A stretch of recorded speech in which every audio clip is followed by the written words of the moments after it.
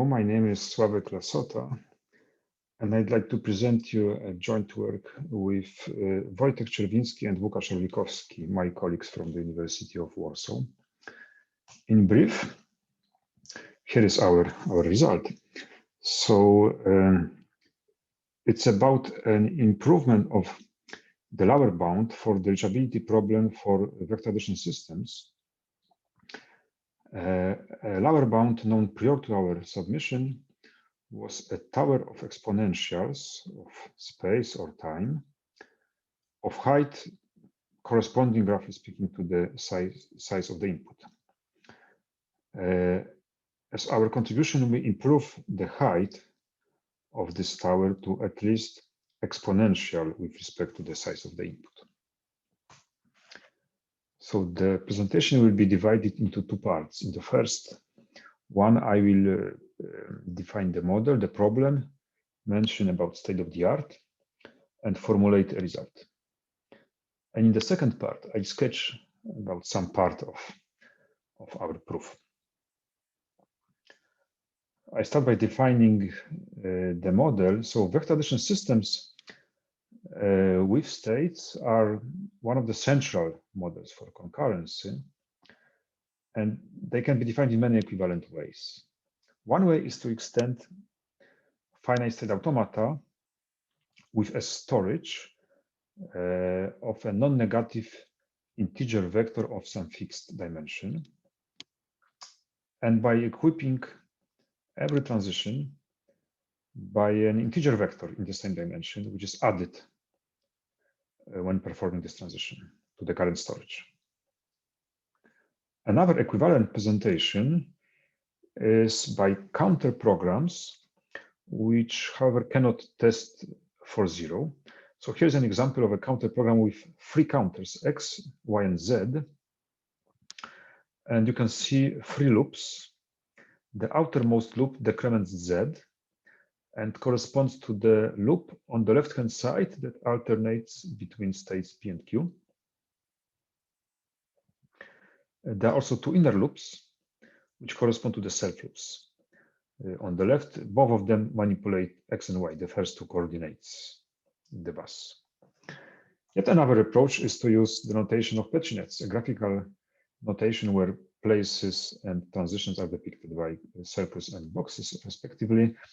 The idea is to represent both dimensions of a bus as well as control states as places. And there is also bus without states, a variant. There is a multi-set rewriting approach to defining the model, and so on. In this talk, let's only concentrate on the counter programs. So they manipulate counters, which are non-negative integer variables. All of them are assumed to be initially zero. And now a counter program is just a finite sequence of commands, each of them of one of these three kinds. The first kind is an increment of a counter X by some value n, integer value, non-negative integer value. A second kind is decrement of X by n. And now this decrement not always succeeds, namely this command aborts if X is not large enough, if it's strictly below n. And finally, there's a third kind of commands. It's a non-deterministic goto, which chooses between jumping to line L or jumping to line L prime. As simple as it is. And now every counter program is additionally ended with a special command, a hard command, which requires that all the listed variables like x1 up to xl, all the listed counters are zero. If this is not the case, the hard command aborts, and hence the execution does not complete successfully. As a small example, let's have a look at this counter program with three counters, x prime, x, and y. Initially, all the three are zero. And now the gotos used in the program are to encode a loop like this, essentially, a loop which repeats a non-deterministically chosen number of times the three commands which are listed all together in the line 3. And as the x prime is tested for 0 in the halt command, it's forced to be 0 at the end in every successful run, the number of iterations of the loop is forcedly maximal, namely 100. 100 because x prime is decremented by 1 in every iteration. Consequently, the values of x and y is 100 and 200 respectively at the end. Okay. Importantly, no zero tests are allowed except for this final halt. And now the reachability problem is the following decision problem. We are given a counter program without zero tests as defined above, and we ask if this program terminates, which means that it successfully executes its last halt command. This decision problem is one of the central verification questions in concurrency. It's investigated since at least 50 years. Here is an overview of the history. I'm not going to go through all this. I would only like to point your attention to the colors. So I use red color for lower bounds and green color for upper bounds, including decidability results. As you see, there is very few lower bounds, and our contribution is on this lower bound side of the problem.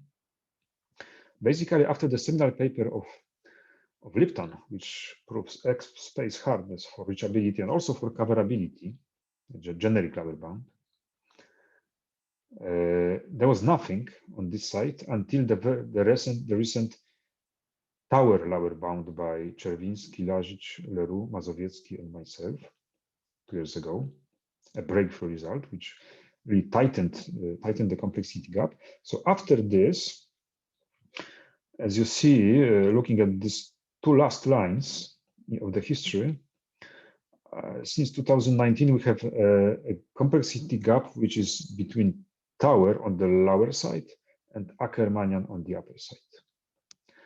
And this paper is intended to slightly reduce this gap. This is our motivation.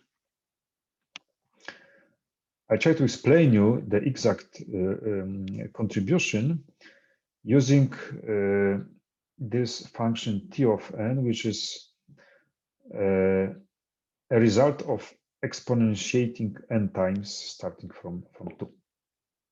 Actually, n minus 1 times, formally speaking. Good. The corresponding complexity class, the tower class, which is typically used in this context, is the class of all decision problems which can be solved using, say, space, but equivalent to time, of tower of exponentials where the height of the tower is given by whatever elementary function of the input size. And functions which are elementary are those which are bounded by a tower of exponentials of some fixed height.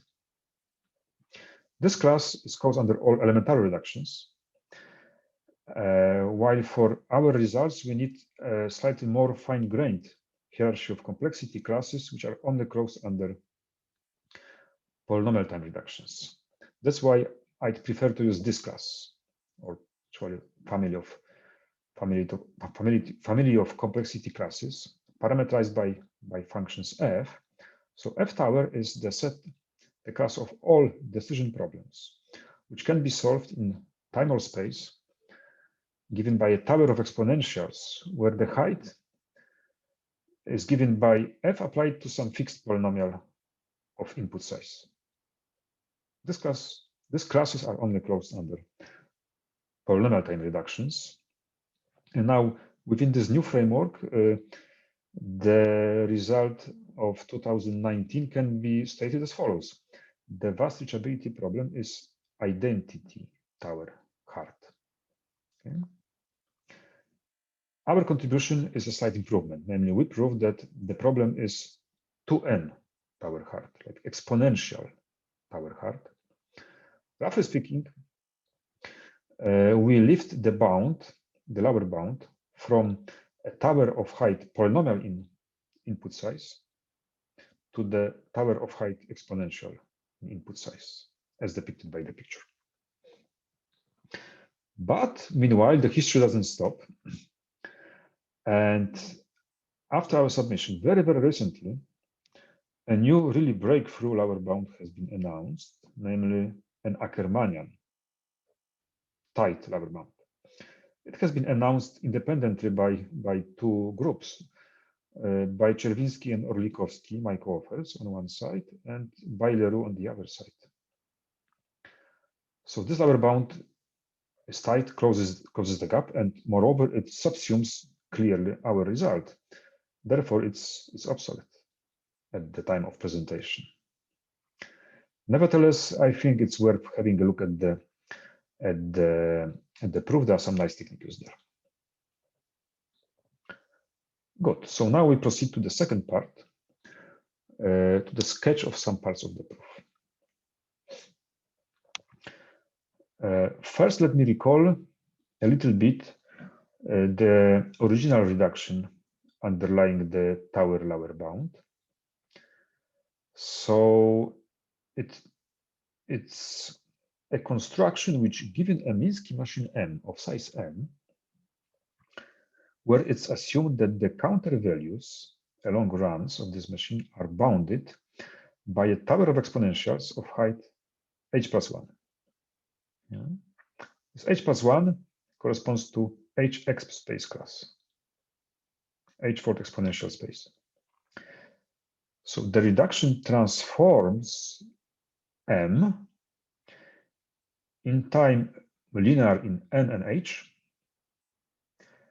to a counter program without zero tests, whose size is again linear in n plus h, and the counter program has h counters. Okay, this reduction is enough for this tower lower bound. As our contribution, we optimize this reduction in two steps. In the first step, we decrease the number of counters, namely, we provide a better construction which uses only logarithmically many counters, log of h counters, paying a slight price on the size of the program, namely the size slightly increases. And this is repaired in the second step, where while keeping the logarithmic number of counters, we are able to also compress the size of the program so that now both the number of counters and the size of the program only depend logarithmically on h. This is important here, because with this, we obtain a better reduction which works in time logarithmic in h and produces output also depending logarithmically on h, because finally putting n equal to log of h, or maybe equivalently h equal to 2 power n, we obtain the required reduction. Okay, observe that now the height is exponential in n on the left-hand side. Good. Out of these two steps, I prefer to concentrate on the first one, which is nicer, and ignore the second one. For presenting this first step, I still need to go a little bit deeper into the original construction of the tower lower bound. So this construction builds on a nice idea of so-called exponential amplifier. It's a piece of code which I don't want to analyze here. It's not obvious. It's kind of intricate counter programming. What is important for us is that this exponential amplifier amplifies from x to x prime, where x and x prime are two distinguished counters used in it. By amplification from x to x prime, I mean the following. The program starting from a positive value of x and zero value of x prime, in each its execution, which ends with a zero value of x, computes always the same value x prime, which is exponentially larger than x. This is the essence of this amplification. Actually, I'm cheating here a bit because it's not really the value of x prime, which is exponentially larger. It's actually some ratio of x prime over some other counter, which is exponentially larger than the ratio of x. And there are some other details which are hide here, which are not essential. Yes, this is enough to grasp the idea of the whole construction we provide. So the original reduction uses a sequential composition of a number of such amplifiers. So imagine an amplifier from x0 to x1, followed by two more amplifiers from x1 to x2 and from x2 to x3. Right? This sequence of amplifiers yields something like triple exponential amplification. Now, if we precompose this with a segment of code which initializes x0 appropriately, and then with a final segment that simulates M, the Minsky machine, this simulation is feasible due to this large value of x3, triple exponential value. This value ensures that we can simulate 0 tests of M on counters which are triply exponentially bounded. So having this program consisting of 5 segments, where all this x0 up to x3, all these 4 auxiliary counters are tested for 0 at the very end only in the hard command, right? We can faithfully simulate the machine, the Minsky machine M. That's the idea, the overview of the whole construction. And now, a first important observation, namely, if you look at these counters x0 up to x3, you see that they are organized in a special way, in a call it relay race fashion. Namely, x0 is only used in the first 2 segments, x1 is only used in the second and the third one, and so on. Each of these counters is only used in 2 consecutive segments of this code. Okay. So how to profit from this organization to decrease the total number of counters? That's the question. Our objective is to decrease this number to the logarithmic one. Okay. So let's dream for a while. Suppose that we could check that x0 is really 0 immediately after the first 2 segments. So immediately after its last usage. Okay. Then we could remove x0 from the then we could remove x2 from the counter list, right? And reuse x0 instead of x2. It's kind of recycling of counters, recycling of x0. Likewise, imagine we can somehow check that x1 is 0 after the 3rd segment. So after its last use. We can again reuse x1 then in place of x3. And clearly this can be repeated, assuming that we can inductively be sure for the 0 value of x0 and x1 after consecutive segments, like in the picture. So this would result to a program which would only use 2 counters, x0 and x1, right? But how to achieve the 0 tests? That's the question. Okay, the question is addressed by using additional counters, which we call supervisors. As an example, let's consider first to x0 and x1, first 2 counters. And let's introduce a supervisor counter, y0, for these 2. The supervision amounts to verifying the following invariant, namely y0, the supervisor, is invariantly equal to the sum of x0 and x1. This is achieved by adjoining to every operation on x0 the corresponding operation on y0, and also by adjoining to every operation on x1 the same operation on y0, right? And now if we add y0 to the list in the halt command, so it's 0 at the end, we are sure that x1 and x0 the two first counters, are really 0 at the relevant moments, immediately after they are last used. X0 after 2 segments, and X0 after 2 segments, and X1 after 3 segments. Okay, now let's do the same with the next two red counters, like X2 and X3. We again introduce another supervisor Y1 with the same role as before, the same invariant, the analogous invariant. And again, checking Y0 to be 0 at the end enforces checking that X2 and X3 are 0 at the end, like checking 1 in place of checking 2. We can continue in this way. We introduce in total half of the number of new supervisors, 4 in this example, each of them supervising two next X counters. Okay, and now, as for now, we've introduced new counters, but we didn't profit from it. Now it's time to profit. Namely, since all this X0 up to X7, all these X counters are supervised, we can now recycle.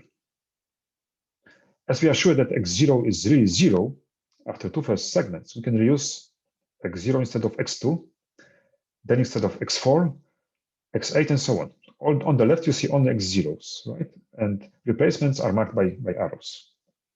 Likewise, on the right-hand side, you only see X1, which means we've eliminated almost all of X counters, except the two, except X0 and X1, at the price of introducing half many supervisor counters. And now the second and the last important operation, now the last important observation, namely, the newly introduced supervisors are also organized in a relay race fashion. Namely, Y0 and Y1 overlap, but Y0 and Y2 don't. Right? So they are really organized in the same way as the X counters were, which means that we can repeat the same optimization on the level of Y counters, which leads to yet another level of supervisors, call them super supervisors, Z0 and Z1. And now we have just a constant number. We end up with a constant number of counters at each level of this optimization. As the number of levels is clearly logarithmic, we achieve our goal. We reduce the number of counters to just logarithmically many of them with respect to the initial number of counters.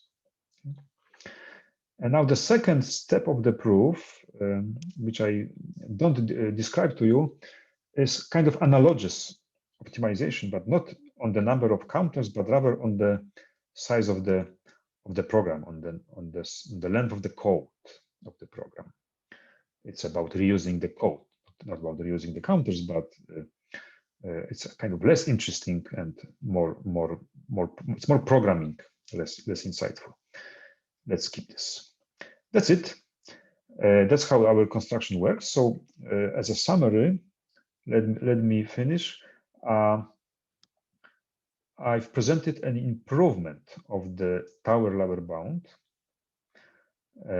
and we prove as the result that the reachability problem requires time or space, at least of tower of exponentials whose height is at least exponential in the input size.